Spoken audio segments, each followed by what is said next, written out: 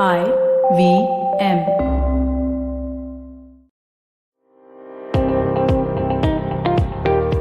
Welcome to All Things Policy, a daily podcast by the Takshashila Institution. We are a bunch of policy nerds based in Bengaluru, and we like bringing fresh perspectives to Indian affairs and Indian perspectives to global affairs. So grab a cup of coffee, sit back, and join us for today's chat. Hello and welcome to All Things Policy. All of us have probably heard of this new term that's doing the rounds on social media, referring to something called the Indus Sarasvati civilization. Now, the archaeology and the actual historical facts behind this term, as you can imagine, are always more complicated than what social media is going to tell you. So, what we're going to do today is actually talk to an archaeologist who works specifically on the area and try to get a little bit into the hard historical facts and evidence that can actually be found in the bed of the river that is now known today as the Ghaggar-Hakra River, but at one point was called the Saraswati, and the many kinds of peoples who came and went from its shores and how they kind of adapted to the unique ecology of the river and the general region. So without any further ado, let me introduce Disha Ahluwalia. Disha, thank you so much for joining us today. Thank you so much for having me.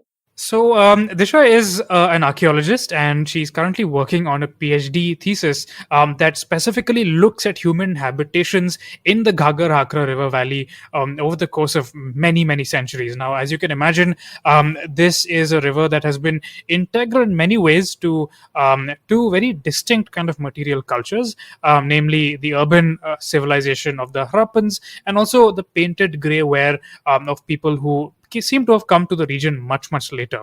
But that's just a general overview of what we're really going to be getting into over the course of the discussion. Let's actually start by asking Disha about the kind of work that you do. Disha, can you tell us what it's like to actually work as an archaeologist in this region and this time period? Basically, this region, if you look at it on the map of India today, it's a very interesting area. It's it's bordering north with the Punjab on one side, and on the east there is Haryana, and it's right at the corner, the northern western corner of Rajasthan. And if you open the map today, you see Rajasthan, there is Thar Desert, and there's just one corner right on top which is green, lush. And if you zoom in, you'll see a small sort of remains or remnants of a river sort of flowing, and you have greenery all around it. So that is where Ghaggar-Hakra is. So Hakra is basically the name of the same river, but when it crosses the border, it becomes Hakra. And after some kilometers, it sort of vanishes into the desert again, and then we are unable to trace its course. So Ghaggar-Hakra ecologically and geographically it's placed in such a unique area. And if we look at it from the Harappan perspective, if we just create a different map of Harappan civilization, and then we place this Ghaggar-Hakra, we see that just like Indus in the west, Ghaggar-Hakra, and if we combine with other rivers, Drishtavati, Chatang, and the whole Sarasvati, it was a major river, and the habitation around it changed from region to region. In Ghaggar-Hakra, why it gained so much of importance is because of the way the culture have evolved in this particular region, given the kind of sustenance that people, even today, they have to have a particular way of dealing with the temperature rise and other things. With the Harappans also, these issues, they must have also faced these issues. But the difference today and the Harappan was that the river was flowing in its full swing. Today is just a perennial nala, a river which will get water only once in the whole year. But in case of Harappan civilization, you have this river just flowing all throughout the year. It will flood occasionally, but then they have their own system of tackling the flood, and they would use this river, this water, not only for irrigation, but they are consuming fish, they're consuming other aquatic animals, and they have this wholesome sustenance sustainability. They are able to manage the environment, the ecology, and everything for their own use, for their own sustenance. So it's very interesting what we find here. But what is more interesting and what I am doing particularly is looking at what happens post 2000 BCE, because this is the time around 2000 2100 BCE when the river starts to dry up, when the sand dune formation is increasing. That is, the aridity has already set in. So the weather, the deposition through air is increasing. So what is happening to the people who were living here then? And once the area was deserted, there was no, Harappan cities, they become an archaeological site. What happens to when painted graveware users come into the scene and they rehabilitate this area again? What region, what land, what part of the landscape did they choose to settle? Because that's important. Where you want to build your house is always important. You don't want to build your house too close to the river. We don't want to build a house too far away from the river. Where exactly are they placing their settlement? That understanding of that will give us a lot of clue about not only the archaeology but also the paleo channels, how the ecology sort of changed, and that has an indirect effect on the flora and fauna as well. So all of this is it's all intertwined, and that's what I'm trying to look at. I'm trying to look at it how the shift has happened from Harappan hundreds of years later to PGW, and then again hundreds of years later with the Kushans, who again have the big settlements in one part of the river. So what exactly is happening is what I'm dealing. Wow, damn. Okay, so I feel like each of the three things that you like brought up here can easily make for a podcast of its own, and like I have so many questions about every one of them. But let's go one by one. Right? Let's first talk about the Harappans who were living here. Now, one thing that you mentioned that I found quite interesting was the fact that the Harappans were kind of adapting to the landscape and also kind of adapting the landscape to themselves. Now, this is something the Harappans are actually kind of famous for doing, especially compared to some of the other Bronze Age civilizations out there. The Harappans engaged to almost an unprecedented extent in these massive kind of civil engineering works, right? So you have, for example, these gigantic walls in Harappa, Mohenjo-daro, and especially in sites like Lothal, for example, you even have examples of sea walls, which are meant to kind of prevent these really large waves from damaging the port infrastructure. So, what kind of engineering do we see the Harappans engaging in the landscape of the Ghaggar-Hakra? So it's interesting. See, you've mentioned about this, different cities, Lothal, Mohenjo-daro, Harappa. The building material is very important. When we're talking about the engineering, when we're talking about the settlement, the building material that Harappans are using in different ecological zones is different. So they are basically going local. They're using local sourced material best in their, in their suitability to build the cities, build their settlements, build their houses. For instance, in Dholavira, which is in Run of Kutch, in Little Run, they're using stones because stones are available there, locally available. You have Mohenjo-daro Harappa, which is in a different ecological zone, so they are using more of burnt bricks, right? Similarly, in the Ghaggar-Hakra, you don't find either, they're using burnt bricks or stones in large numbers. They're using mud, sun-baked bricks. And even today, if you go to the villages there, you'll see them making mud houses. Okay, and then you have mud houses because when the temperature rises, it helps them to battle the rising temperature, right? So they are basically using sun-baked bricks, and for the drainage system, they're using burnt bricks, such as wedge-shaped bricks are used to create wells. Examples of which we find in Kalibanga, which is one of the biggest cities so far have been excavated in the Ghaggar-Hakra, or you find, the tanks made with burnt bricks, terracotta pipes for drainage. So they do have that much understanding of what material they need to use where. So largely the cities are made with mud bricks or sun-baked bricks. And tackling with the flood, or the rainwater flooding, we do have evidence in all Harappan cities of enclosures or fortifications, right? You've just mentioned about fortifications. All Harappan cities will have some sort of enclosing wall. The scale of it might change from the city to a rural city or urban city or whatever the scale of the settlement itself. But we do find they will not miss out this thing, which sort of unifies these settlements, that they will have some sort of enclosure or fortification wall. We were excavating a site very close to the Indo-Pakistan border.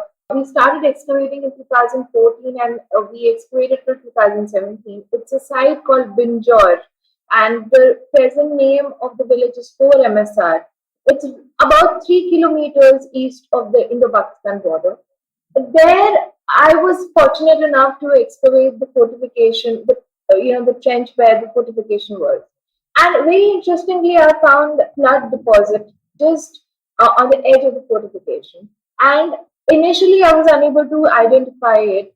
But as we were excavating and we went on to, work in that trench, I found that there are many times where the river perhaps or the flood water perhaps, cause some damage to the fortification. So they are rectifying it. They have repaired it. So there were evidence in the section of the repair as well. And with time, in increase of the size of the fortification also. So these people in the Ghaggar-Hakra, they were aware of the fact that the river, how deep the river is, and if it floods at certain point of time in a year, at what extent the flood river will go. So they place the settlements at the edge of the flood plains. And when they are placing it at the edge of the flood plains, they know that they have to build a kind of a bund or they have to build a kind of an enclosure fortification wall so to protect the settlement. And also they must be using this water also for irrigation. So it's a very interesting phenomenon that we get from these settlements at Ghaggar-Hakra. They were very much aware of the river and how it changes its nature, with changes in the season. There's so much to get into here. I can't even imagine how amazing it must feel to find these remnants of people from thousands of years ago, and to be able to actually look at the traces they left on these bricks and on this landscape, and to be able to kind of imagine what is going on in their heads and try to imagine what their lives were like. Right? That's something that I find just so absolutely exciting about archaeology, and kind of low-key jealous that you had to do this professionally. This also leads me to a whole bunch of other questions, right? But obviously we can't talk about every single one of them, so I'm just going to keep it very brief. One interesting thing that you kind of hinted at is the fact that there's so much variation in the way that Harappans kind of approach their landscape, right? So first of all, they're very evidently people of the land. They are deeply in tune with the ecology, the geology. They understand very well the coming and going of the seasons, the rising and falling of the rivers, and their entire civilization, to a considerable extent, is based on kind of living within these environments and kind of building the kind of engineering feats that are required to sustain larger and larger populations in their environments. And it's something that I find very unique that they have compared to other Bronze Age civilizations. Another interesting aspect is that though they're very often thought of as just Harappans, obviously going by what we know of other Bronze Age cultures, and considering the sheer size of the Harappan civilization itself, right? We're talking about hundreds upon hundreds of settlements, which are found in a whole array of geological zones, ecological zones, ranging from the lush grasslands of Punjab to the borders of the deserts of Rajasthan, the salt flats of Gujarat, and of course the deserts of Sindh. And in every one of these places, you see that there's a profound kind of adaptation to local conditions, which might hint at there being many different kinds of ethnicities that are engaging with the culture and kind of architecture and perhaps the social organization of the Harappans. It just boggles my mind to think of the sheer scale of all of this. It's true. We can understand this. See, they are who are these Harappans? If we look at it, from a overview, like if we just want to summarize them, the Harappans are basically traders. They were creators and they were traders, especially in during the classical Harappan phase, that is from 2600 BCE all the way to 1900 BCE. About 700 years, these people have engaged in trade and they created a trade matrix. Prior to 2600 BCE, about from 5000 to 3000, they were trying to understand the landscape. They were engaged in agriculture activities. They tried to build the base for the settlements. This period, from which we call early Harappan, or many try to call it as pre-Harappan, this phase from 4500 or 5000 right till 3000 BC was a period where a lot of experimentation has gone in. The sites were, smaller in size. They were much more rural in nature. The craft specialization that Harappans are known for were just starting to begin. We have the seals forming, coming up into the picture. The seals were different from what we see in the classical Harappan phase. The seals of the early Harappans were more, it included geometric patterns. There were no characters. So perhaps from early right till the mature, the evolution or inception or experimentation with the script also has happened. So, there are things in the intangible that we don't see. The agriculture also, the adaptation is changing. Then there is this phase which is, which now we've started to understand as a transition phase. That is from the rural right till the trade, the trading urban cities. That is from 3000 to 2600, where this transition is happening. In this transition, you see the trade is increasing. We do have evidence of traders going out of the Harappan civilization and contacting other settlements either it's in the within the domestic, the boundaries of present day India or west, east or west, anywhere. They are interacting with other societies. They are creating this trade matrix. The reason why I say trade matrix is that there are sites in Harappan realm which are known for particular things. For instance, Dholavira in the Kutch. Why would you have a settlement in such an arid, in such a difficult terrain, right? Where there is no water throughout the year, you have to manage it. You have to manage the rainwater. You have to manage the water that is filled in 16 tanks created around the settlement. Why? The reason is because it's connect the mainland Gujarat, because the Gujarat Harappans have their own character, all the way to the borders of Pakistan that we know today, because Pakistan is just nearby. So linking the Gujarat to the Indus, and then of course linking that to the Sarasvati or the Ghaggar-Hakra. Similarly, why would you have a settlement like Kalibanga in a region, where it's right in the center of the trade route.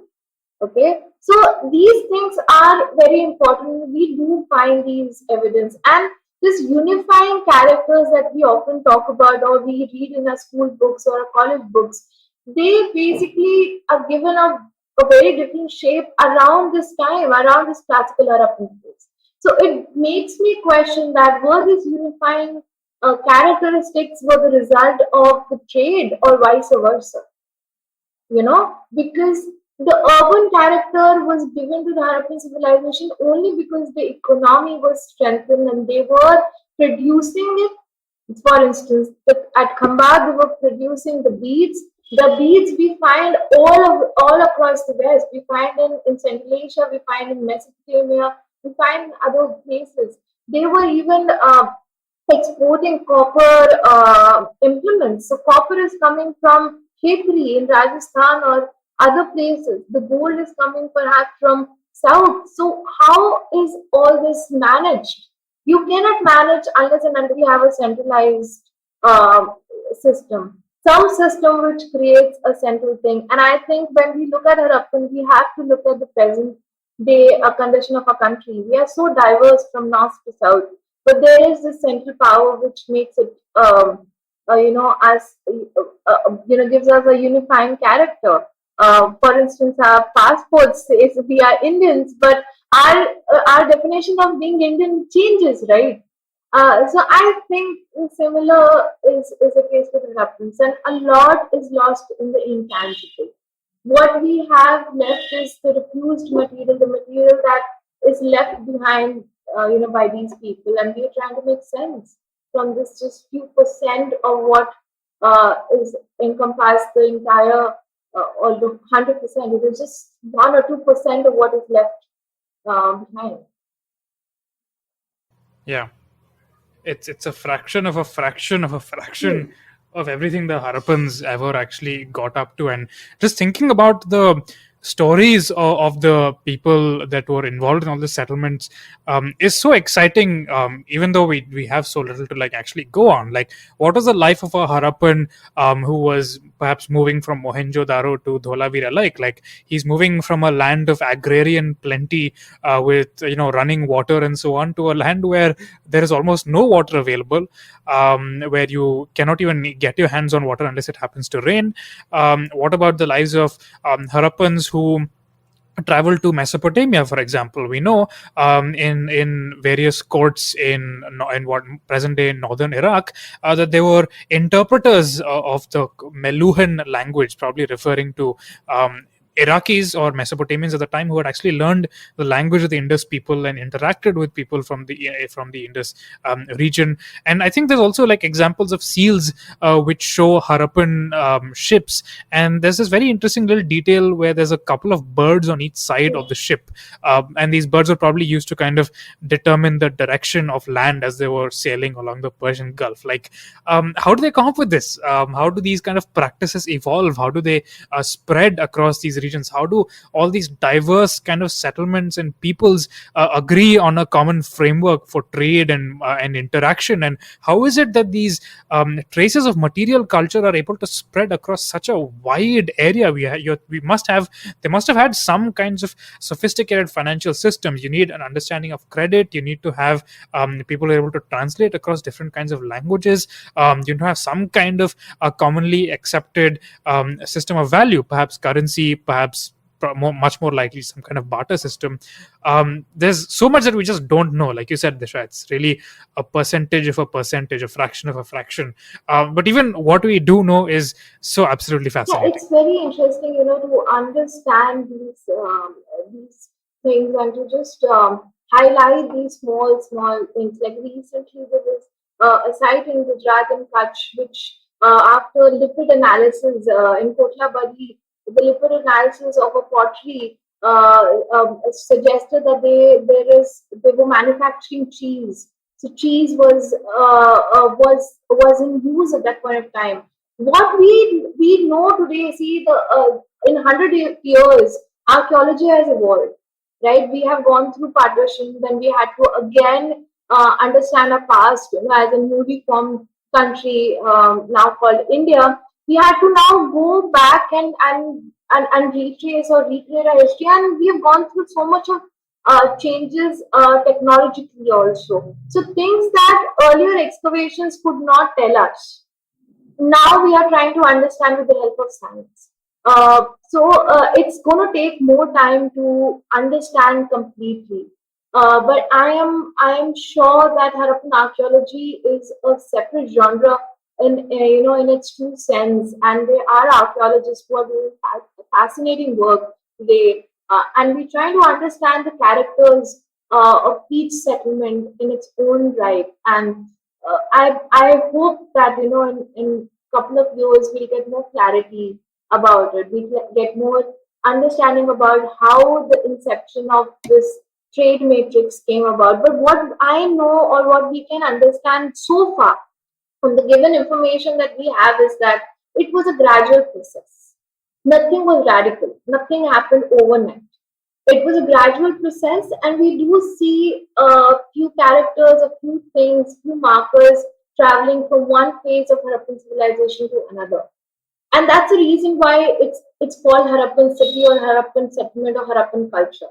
There are these markers which are very Harappan in nature. For instance, the pottery. Even though the Kutch Harappans have their own pottery, or the Sarat Harappans have their own some regional characters of their own pottery, or the Fort DGs were different, or the Ghaggar-Hakra's pottery had some different marker. But if you look at it, if you don't know, if you're not a specialist, if you just look at it, you can still find a lot of Harappan nature, Harappan character into it. You will say, yeah, it's Harappan. The weights and measures, the ratios of weights and measures are uniform.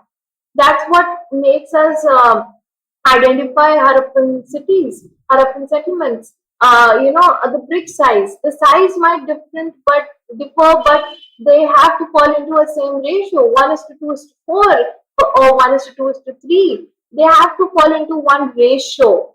And this understanding has happened only because archaeologists have worked very hard in bringing that one ratio that we know today. It's a very hard process, and no wonder it took 100 years. You have terracotta,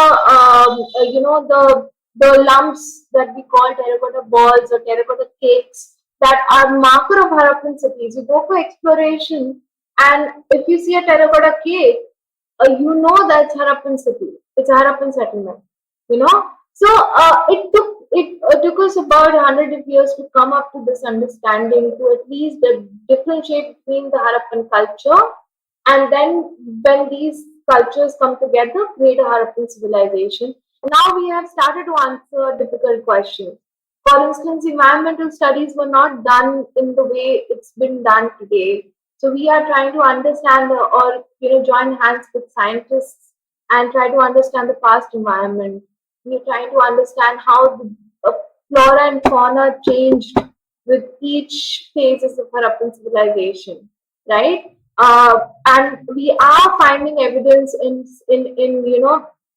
Oman, in Saudi Arabia, and other places of these Harappan elements traveling there.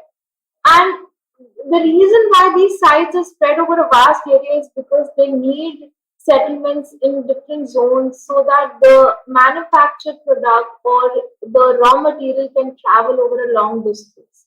That's why I say they've created a matrix. So without this matrix, the Harappanness or Harappan culture collapses. The matrix is very important. This is so exciting. I mean, it seems like a very exciting time in Harappa studies, just generally speaking, and it's a good time to be young and in this space. I suppose I'm personally very excited to see what kind of new discoveries you and your colleagues come up with over the coming decades, Disha. So it's really cool. Thank you so much for this fascinating overview. There's just a couple of things that I was actually thinking about because you mentioned intangibility and this trade matrix and just the way that this civilization begins to emerge over such a vast region, right? So the first thing is the fact that you have a system of weights and measures that is spreading across this Yeah. vast region, right? If you actually think about how that happens, it is so insanely difficult to have any kind of standard system across a Yes. vast geographical area, because every single region is going to have its own way of like counting things, its own way of measuring things. So clearly there's some kind of very compelling reason for people across such a diverse kind of landmass to be coming into the same system. And then again, I really have no idea whether we will ever be able to know this, given the kind of evidence that survives, and the fact that we still haven't managed to properly decipher the Harappan script. And that is really, how did capital formation happen? Like, how do you create the kind of credit systems that are needed for trading across such vast distances when there's so much uncertainty involved in travel, for Exactly. example? How do you Yeah. manage the risk that is required? And how do you mobilize the enormous amount of labor that's needed to kind of build these huge kind of engineering undertakings? Because people aren't going to do it for free. You need to be able to provide them with something. So there Yeah. must have been some kind of capital that is being formed. But again, we just do not know how all this happened. We don't know much about it, but we can understand. But it's not conclusive, because it's tentative, and we cannot conclude it or say it's 100%. This is the way things have happened, or this is the way things had happened earlier.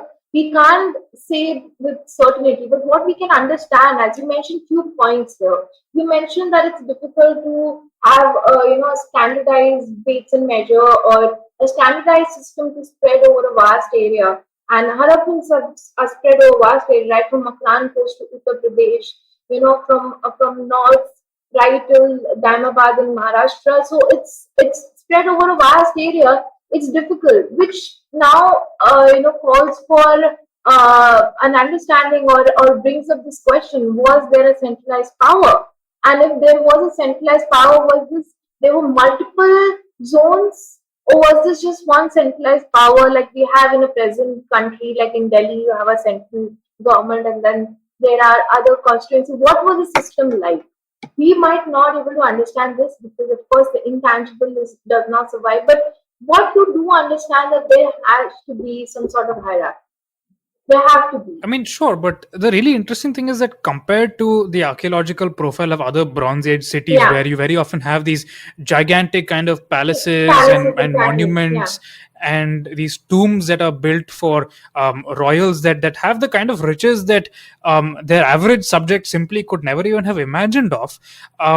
We don't see necessarily that kind of massive inequality in the Indus in the Harappan civilization. The reason is the geography. I believe, and I think the reason I believe is because we see that in archaeology, geography plays a very big role in evolution of culture. Okay, and if you look at other civilizations, the size and the extent, how far are they spread?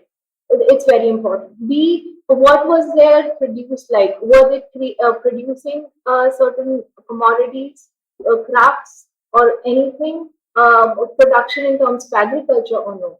That we need to really understand. But we know that the hotspot of agriculture or the birth of agriculture, so far, the earliest date is in Central Asia, right? Now, if you look at Egypt and we look at Mesopotamia, they are at the borders of that fringe itself, right? What was the production like? Was it enough for the sustainability or no? Is another question.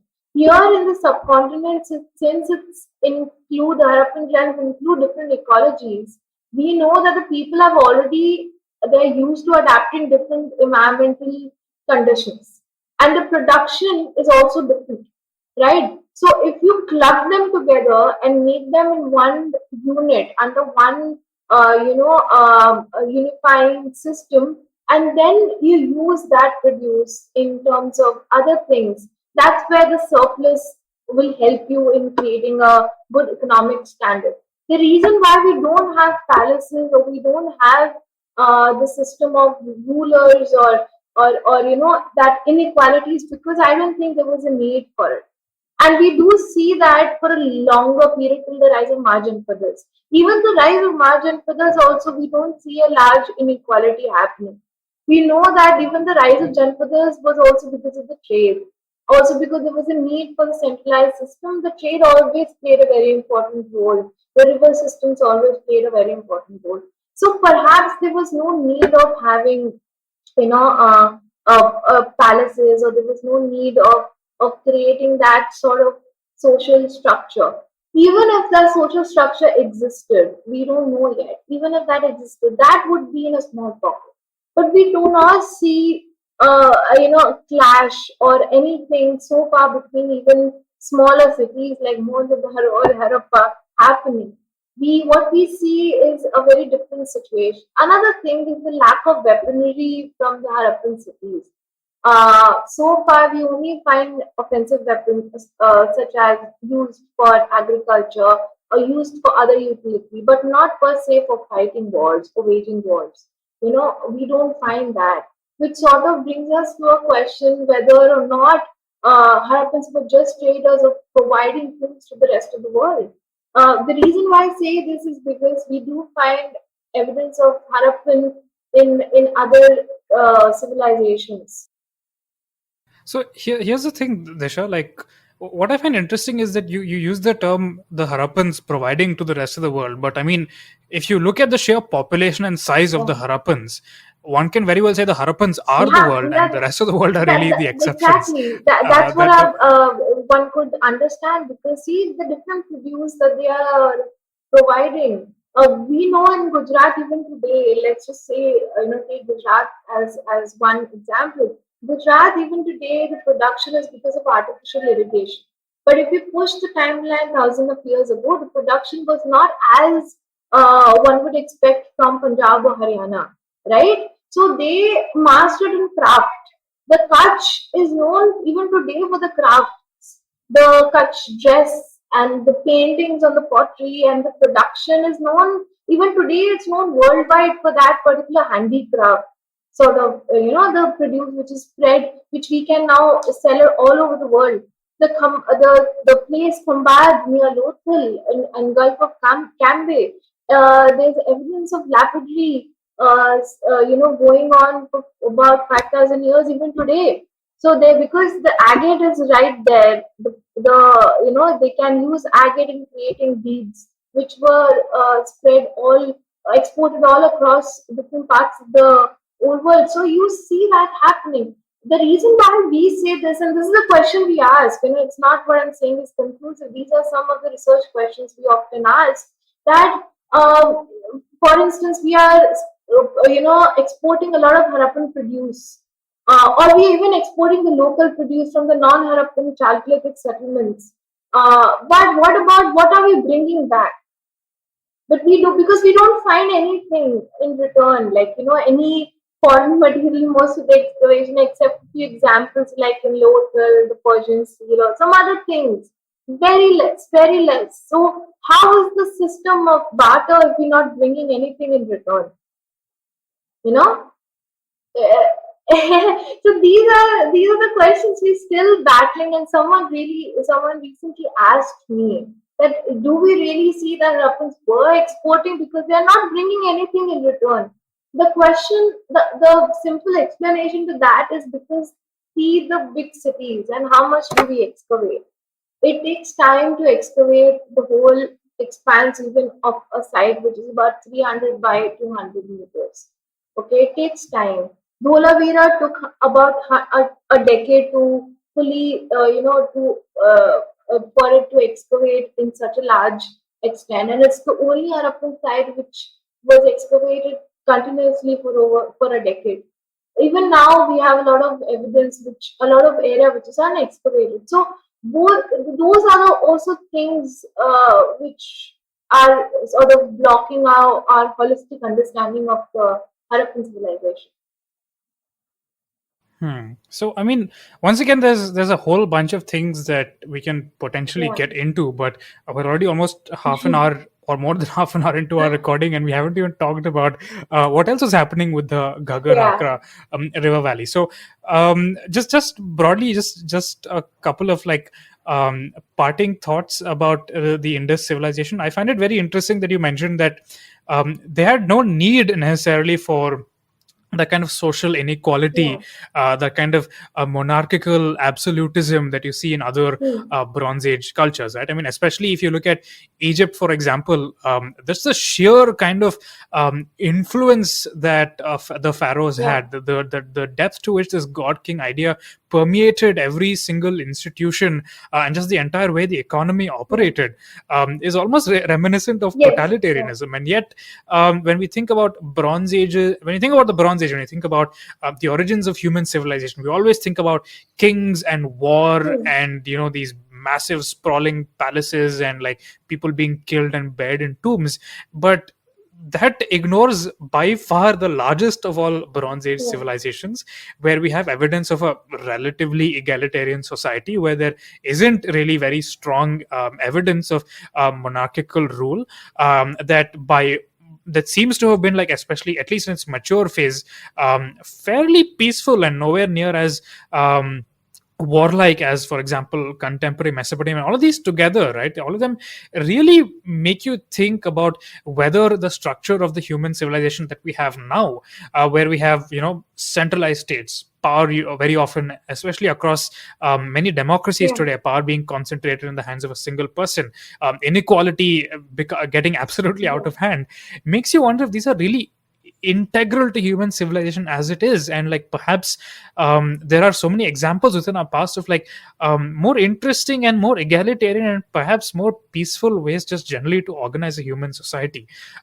So fascinating Harappans, as always. But moving on, because we're Yeah. so short on time, let's talk about what happened to the Ghaggar-Hakra after the Harappans in the area began to Yeah. decline. Now, and this actually ties into what you were saying a little earlier, Disha, about the fact that after independence, both India and Pakistan went through and are still going through really this Yeah. long phase where we're trying to reconstruct our history and trying to build a kind of national legend, a Yeah. national mythos Yes. out of some selective fragments of the past, right? Yeah. And we actually started off by saying that this Ghaggar-Hakra is very often referred to as a Saraswati, and now Definitely. there's this Yeah. social media trend that it has declared that it has always been the Saraswati, that the people of the Rig Veda are the people of the Harappan civilization. But I think the Ghaggar-Hakra kind of offers some hard evidence that really challenges this, right? So can you tell us a little bit about the decline of the Harappans there and the arrival of the painted grey culture? See, like you were bringing up really interesting points, earlier, and I can go on talking about all of this, but I will just limit myself. You spoke about the evolution of culture, and you see the human evolution, the whole process of human evolution also has its own pattern. So when once you look at that, once you look at the Stone Age and how the culture evolved there, and then how it gradually moved to early agriculture and then the Chalcolithic or the Bronze Age, that's where you understand the subcontinent's nature in these different times, periods in history. The subcontinent has always have shown the gradual evolution of every, and I say subcontinent for a reason because I don't want to limit it to a political boundary or anything. So it sort of showcases this gradual evolution. There were never radical evolution until till the time, the later in medieval history. You don't see, even then also you see these gradual changes that are happening. This has been the character of the subcontinent. And I think the reason is because it's so close to the center, to Central Asia, where there is origin of agriculture, and also it's within the reach of Africa in terms of the out of Africa migration and everything. So that is the reason why there is a lot of gradual thing. There is no radical changes happening. But at the same time, you see very interestingly the global timeline, the rise and the fall of the Bronze Age civilization happened almost at the same time, or maybe 600, 700 years in gap, but almost the disintegration sort of started at the same time. Now, with the Harappans, in specifically with the Ghaggar-Hakra, what was happening was that about 2100 BCE, there was not a sudden change in temperature or the changes in the climatic condition, but they were also gradual. And for a long period, we see that these Harappans were adapting to these gradual changes. But perhaps about 2000 BCE, and today we have proper dates for the when the Sarasvati stopped getting its water from the glaciers in the Himalayas. It's about 2000 BCE. That around this time, the water, the major system, the backbone of the whole settlement, that is the Ghaggar-Hakra, the whole Sarasvati system has started to collapse. Now people will take few hundred of years to adapt to it, which we see them doing so. There is a phase right about 2200 or 2100 BCE that we excavated at Binjor, going to 1900, where we see that people have their settlements have become smaller. Their urban characters have sort of started to disintegrate. We see changes in the seal. The animals disappear. We only see characters or scripts on the seal, and the trade matrix also sort of is collapsing. We do see these gradual changes happening, as per what we have excavated, our excavations so far in a couple of years. and we see them moving to places where they find refuge, they find better conditions to survive. And this always have to given into account that the Thar is now reaching its or extending its boundaries up from Bikaner all the way where the Ghaggar-Hakra is, and of course you have in the east you have the Sindh and the other there also the climatic conditions collapsing. So if we talk about Hakra, you have the Sindh, and we talk about Ghaggar, you have the Thar. So both in region you see there is a change in the ecology that is happening, and I think they reached their limit, and then they couldn't sustain, and that's how they have to migrate towards Haryana, Punjab, where we start getting later up in settlements.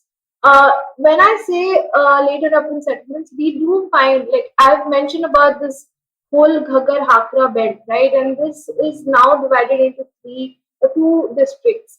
In Hanumangarh district, which is bordering Haryana, there we find late Harappan sites, which suggests that these people were migrating slowly to the east, like, to the Haryana. They were settling perhaps till Hanumangarh, because even today the water in the perennial river comes only till Hanumangarh.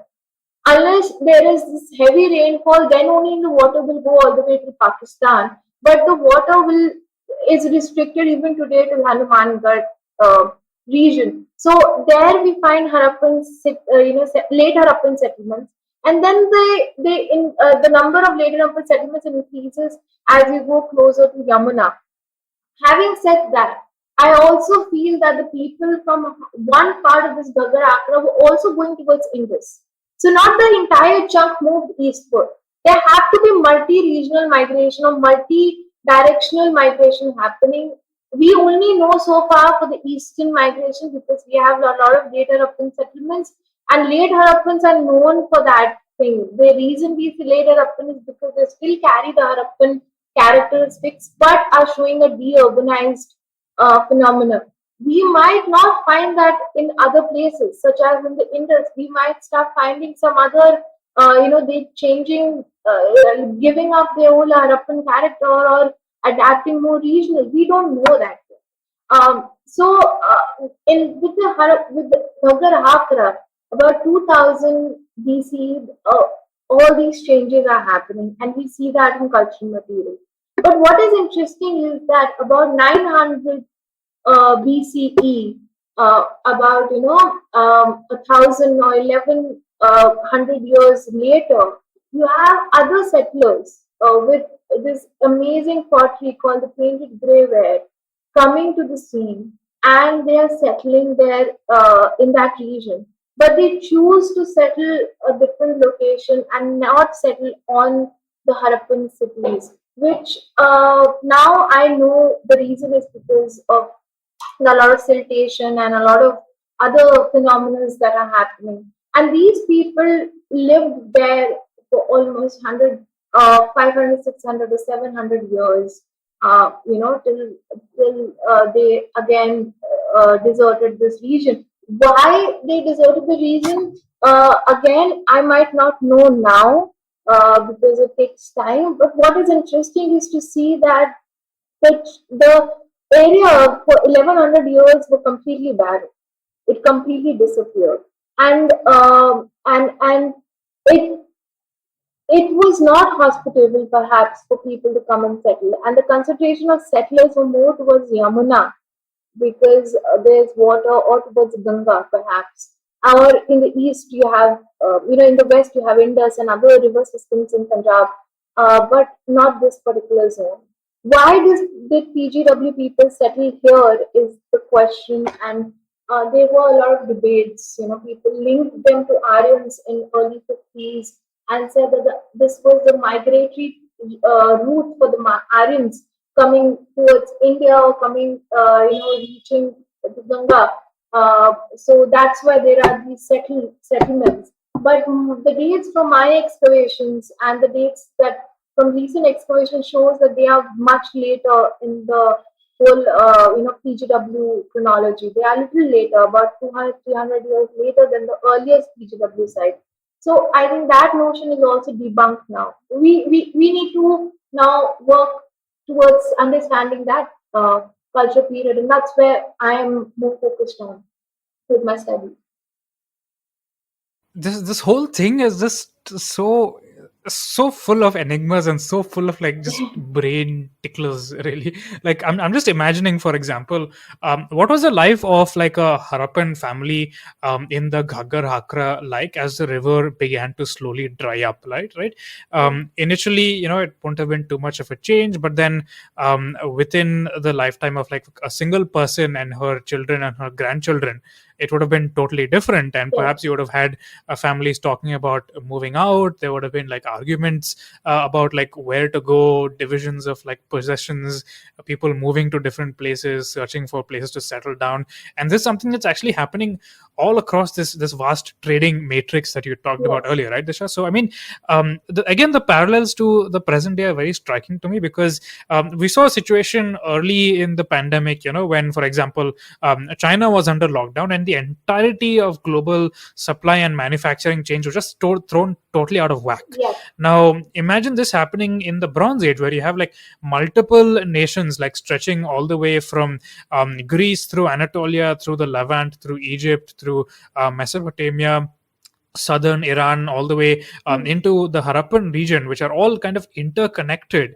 And one by one, all these polities are collapsing. Trade and all these complex kind of interdependencies are no longer viable. And there's also happening within the background of like a broader Yeah. climactic shift, and just the kind of total shit change that we see in the material culture, in settlement patterns, and all influenced again by collapsing globalization and climate change. I leave it to our listeners, of course, to think about Yeah. what parallels that might hold for us as climate change Yeah. becomes more extreme in our world today. But the other thing that I wanted to like talk about a little bit was the people of the painted gray ware culture, right? So I was also of the opinion that yes, they were definitely Aryans, but then what you mentioned about how the fact that they are coming in at a much later time than what we would expect is a little puzzling. Now, the Ghaggar-Hakra is very often identified with the Sarasvati, which is really sang about in the Rig Veda and all in Yeah. these Yeah. glowing terms. And the Saraswati in the Rig Veda seems to be a pretty kind of powerful, almost like a perennial snow-fed river. But that wasn't really what the Ghaggar-Hakra was in the time when the painted grey ware people Even appear. So, how do you reconcile see this even difference? see Um, even in the Sanskrit texts also, like of course the Rig Veda mentions about the Saraswati, even the epics mention about the Ghaggar Hakra. But what is interesting is that, for instance, in Mahabharata, there is a reference where Balram is traveling from Dwarka and is going to Kurukshetra, and you on mean the way Krishna? he crosses the Balram, yeah, Krishna's Oh, Balram. brother. Sorry, huh? Because My yeah, bad, so my bad. Balram, yes, so their capital was in Dwarka. So from Dwarka, that is, he's traveling all the way to Kurukshetra, and he crosses this region. He crosses the Anubad region, the Ghaggar Hakra belt, and he describes the kind of life he sees. There is people are abandoning their houses.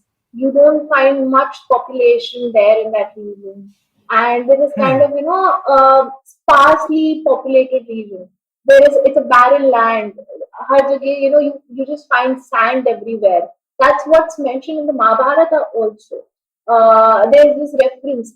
So we know that even the people who have created these texts, even if at a much earlier date, were aware that hundreds of years ago this phenomenon happened, and they made sure they add that into the text, in their entire storyline. So one, if I take that, just what Balram sees or he notices, and I try to put that in the archaeological context, it sort of fits in, because that's what we see in happening at the sides. That's what we see happening. Like for instance, you have a family and you see that the temperature is changing. There is aridity. You might make sure your child might go to somewhere else and starts working. So there is this generation after generation, this sort of the gradual desertion that is happening in that region, which is very interesting. Even our texts say that.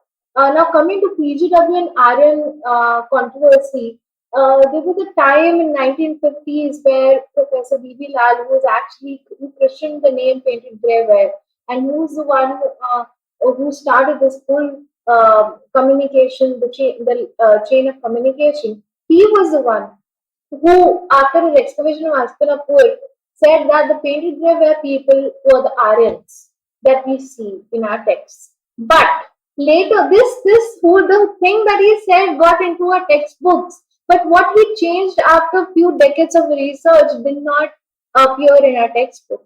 He says again in later phase, like in 70s and 80s, when he's revising his whole research and more excavations have given enough data to counter that narrative, he suggests that he basically was a Mortimer Wheeler student. So whatever Mortimer Wheeler that point of time thought was is what he carried forward, because as a student will always usually ends up following a teacher, and that's the mindset that he carried when he excavated Hastinapur and linked PGW to the Aryans. But today he feels that is not the case. He feels that PGW were not the people who came from outside, because today from Gandhar and other areas also we don't find any links of PGW even as a cultural material from the cultural material there. We are unable to fill in the gap or find the links. But we do find the links with other contemporary cultures in the East. So the controversy of PGW and RNs is still also ongoing, and also because he linked PGW to the Mahabharata. He said that they are in sync in time and space. That is a debate or topic of discussion of other time. But what I just want to say, what he suggested initially was that these people, when they are migrating from west and they're migrating into the mainland, center of Yamuna Ganga Dwap, they used this Ghaggar-Hakra region to migrate, and while migrating, they had these camp settlements on the way. And there were no conclusive excavations at that point of time. But today, the excavations and the dates that we get, that the scientific dates that we get, sort of suggest that that was not the case. Even if the PGW people have to migrate, they might be coming from a different region, or there was another possibility that we have not so far looked at, which we need to, which I am working on basically. Uh, uh, there are other possibilities that we might have to look at and understand, because in Ghaggar-Hakra there are no sites which precedes 10,000 BCE. So if they don't precede 1,000 BCE, that means they are not early. So early you have to predate other PGW sites like Hastinapur and that, or Bhagwanpura, which is dated 1300 BCE, which is not the case so far. So we need to excavate more. I was actually, yeah, this actually like brings up a lot of questions in my own mind, because I was under the impression that like the PGW culture was like pretty indisputably kind of linked with the people of the Rig Veda, or at least the people of the later Vedic period. The problem, later Vedic, yes, the later Vedic, they still claim it. But the problem, what happens is that the stalwarts, they create a theory and then they debunk it with their own research and their own phenomenon. And then that doesn't penetrate through a large chunk of people, the common man, it never happens. For instance, it was Professor Lal who linked it to Aryans, and now he's the one who calls the Harappans and the Rigvedic people two sides of the same coin. So it creates confusion not only in the minds of the masses, but also us, the archaeologists who are working in this region, because now we have to answer some questions which were not there earlier.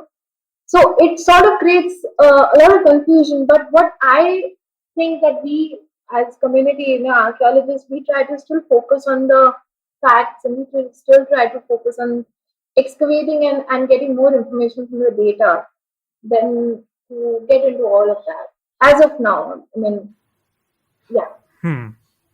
And still, I mean, I'm sure that, like, actually, if the archaeology itself is so muddled and there's constantly new information being uncovered, reading all of this in the light of the genetic and linguistic Yeah. evidence, which at least in my opinion is like kind of pretty firm on the fact that yes, there were people who came in from Central Asia and so on, and but actually figuring out the chronology, figuring out how these people were all related, what kind of cultures they had, what their material cultures were, how they were interacting, and how this eventually leads, because we know what the end point to us. We know that the end point is that you have these massive Mahajanapadas which are stretching out across the Gangetic plains.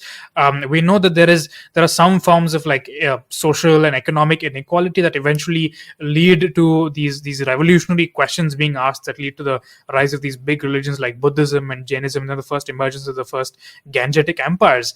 But to kind of connect them through all these thousands of years and all these human stories that we can like only vaguely reconstruct, that involve the coming and going of all these peoples, the birth and death of rivers, the growth and expansion and decay of these amazing kind of civilizational concepts that the Harappans evidently must have had.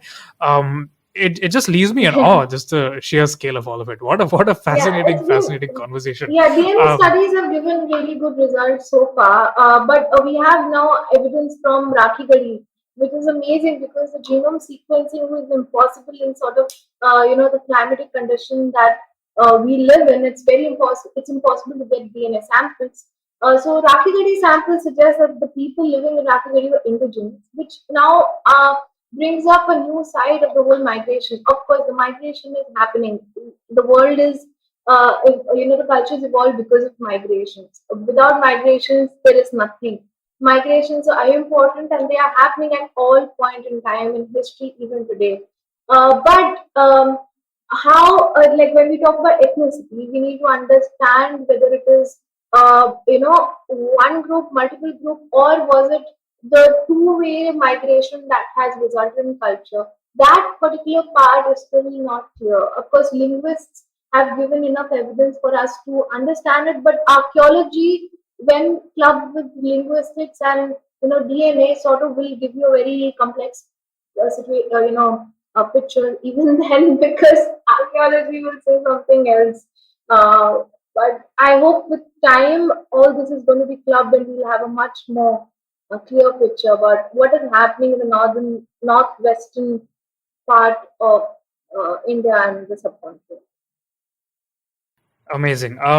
So I really hope that we have another long conversation, Disha, that to actually kind of explore the nuances of this migration, because we've already touched upon many aspects of it, but like really getting into the details of what we're able to find, what the archaeology tells us, and especially this site called Sanauli, which has recently become so famous, and just talk about like the hard facts, leaving aside all the political nonsense and the media hangama that is being made about it. Just talking about what this tells us. I would really love to have you back on All Things Policy. And thank you so much for joining us. Like it's sorry, you were saying something. I said I would love to come back and talk about Sanauli. Like I amazing. can never go. I get tired, talking about Sanauli. I think go on. Amazing. This conversation lasted for like literally twice as long as I expected it to, but I learned so much through this whole conversation. For those of our listeners who have managed to stay with us till this point, hope you learned something, and please join us again when Disha returns to talk about Sanauli, hopefully in a few weeks from now or so. Follow us on social media. You will find our handles in the description, and you will know exactly when new episodes and new conversations between us come out. On that note, thank you so much, Disha. Once again, thank you so much for joining us. Thank you so much for having me. It was fun talking to you about all this. Yeah, my pleasure. And thank you all so much for listening to All Things Policy. If you liked our show, don't forget to check out other interesting podcasts on the IVM network. You can tune into them on the IVM Podcast app, ivmpodcast.com, or wherever you listen to your podcasts. You can also follow IVM on social media. The handle is @IVM Podcasts on Twitter, Facebook, and Instagram.